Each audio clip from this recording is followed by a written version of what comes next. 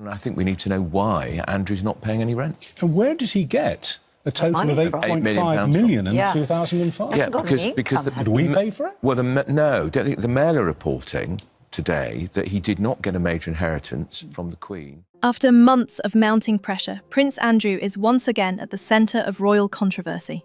His future at the luxurious Royal Lodge, a 30-room mansion on the Windsor estate, now hangs in the balance.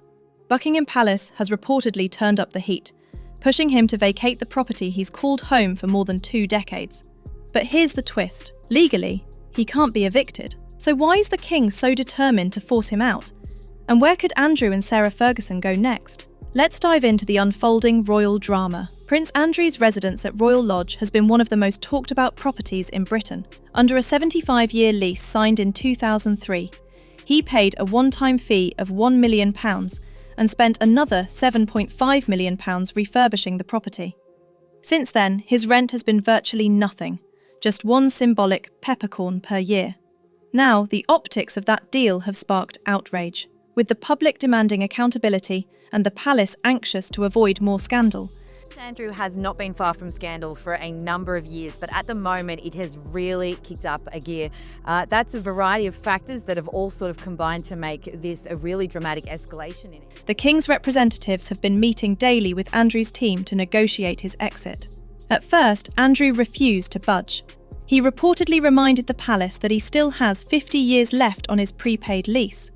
But behind palace walls, patience is wearing thin. A growing number of royal insiders say his days at Royal Lodge are numbered. Sources inside Buckingham Palace say the mood has shifted dramatically. There's now a sense of inevitability that Andrew will have to go. King Charles, who already stripped his brother of titles and honours, is determined to end the ongoing embarrassment. Behind the scenes, he's made it clear. The issue must be resolved before it becomes another public relations disaster. And there's more at stake than just one property. Richard Kay, you wrote a piece earlier this week where you said many will wish Charles had acted sooner and that somehow fraternal affection clouded good royal sense. Do you think Charles just simply left it too late? Well, I don't know if he's left it too late. He certainly left it late. The king reportedly wants to reassure Princess Beatrice and Princess Eugenie that their homes inside St James's Palace and Kensington Palace will remain untouched. Even Prince William, who has been quietly observing from the sidelines, is said to support his father's decision to settle the matter once and for all, without punishing his cousins in the process. So where could Andrew go next?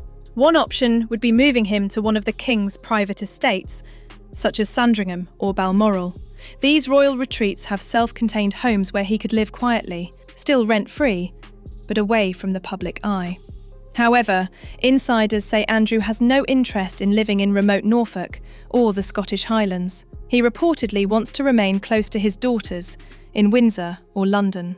That complicates things, because any smaller home on the Windsor estate would require him to pay rent, and royal sources say he may not be able to afford it. Prince William particularly is driving this. He's very unhappy about Prince Andrew, thinks he's totally damaging to the royal brand, obviously, especially when the royal family are trying to talk about early childhood, trying to talk about young people, everything that the Prince's Trust does for young people. How can we possibly have someone like Prince Andrew? If he were moved into Windsor Castle or Buckingham Palace, it would trigger backlash that he's being rewarded rather than punished. And there's little appetite at the palace to foot that bill using public funds.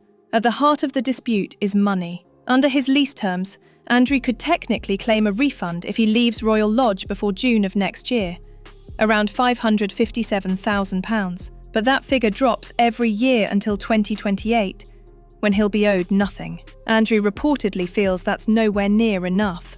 After investing nearly £10 million of his own money into the property and spending millions more on upkeep, he believes he deserves far greater compensation. The problem? The Crown Estate, which owns Royal Lodge, answers to the Treasury. That means taxpayers' money can't legally be used to bail him out. King Charles is reportedly holding closed-door talks with senior aides over his brother's peppercorn rent and tenancy at Windsor. Prince Andrew is facing mounting pressure to move out of his royal mansion. If he is to receive more than the lease allows, it would likely have to come directly from the King's private funds. Adding to the chaos is Sarah Ferguson. She continues to live at Royal Lodge alongside her ex-husband, despite their divorce decades ago. Her presence complicates the negotiations, as it's still unclear whether she would move out with him or find another royal residence altogether. Ferguson has long described Royal Lodge as her sanctuary, but if Andrew leaves, her future there is equally uncertain. Palace insiders say the King's focus is on resolving Andrew's case first, leaving Ferguson's situation to be dealt with later. The palace had hoped this situation would be quietly resolved months ago. Reports even surfaced suggesting Andrew was hours away from moving out. Yet every time the issue seems close to a conclusion, it stalls again. Now, with the removal of Andrew's royal banner from St George's Chapel, once a symbol of his position in the Order of the Garter, then stayed round his house for the next 4 days. How does that work? We cannot be friends. I'm a member of the royal family and we will not socialise with second members. I will see you at dinner. It's clear his royal privileges are fading fast. For King Charles, the priority is to protect the monarchy's reputation and avoid any inquiry into royal finances. The longer Andrew resists, the more damaging the headlines become. The future of Royal Lodge itself remains a mystery. Because of its location near Windsor Castle, it can't easily be rented out or sold privately. Some believe it could be repurposed for official royal functions or become a residence for another senior royal. But one thing is certain, the tide has turned against Andrew. The Queen Mother used to own this building, so I assumed the money so when she died, I thought perhaps he inherited money from the Queen Mother, which would enable him to do those improvements. But he apparently had a very minor bequest from the Queen Mother. So where did the money come from? It's a murky world. Royal insiders describe a growing urgency within Buckingham Palace.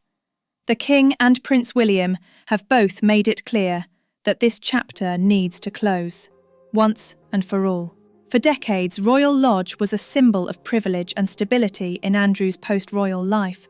But now, as the walls close in and the palace insists on accountability, it may soon become the Crown's most symbolic casualty yet.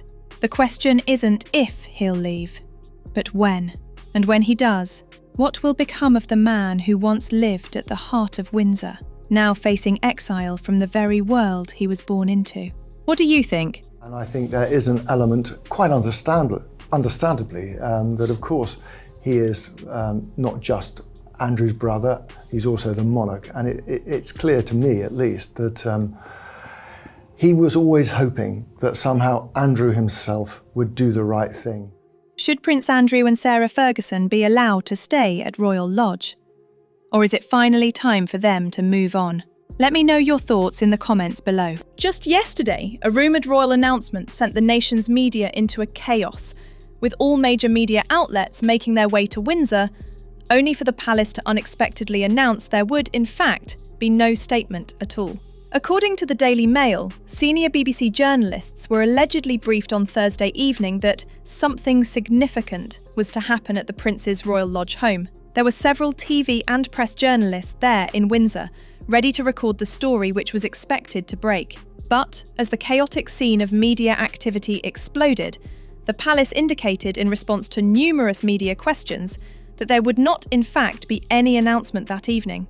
This false alarm has only heightened speculation about the nature of the tip-off that had been given to the BBC. The conflicting briefings at two different points in the evening have led to speculation among royal reporting circles as to what might happen. Was a royal announcement planned, then cancelled at the last minute? If so, why? The question if Prince Andrew and Sarah Ferguson will continue to reside at Royal Lodge has become controversial, following the announcement that the Duke of York would no longer use his royal titles. Just 2 days ago, I posted a video outlining the exposed lease agreement, where it was revealed that Prince Andrew only had to pay a peppercorn rent if demanded.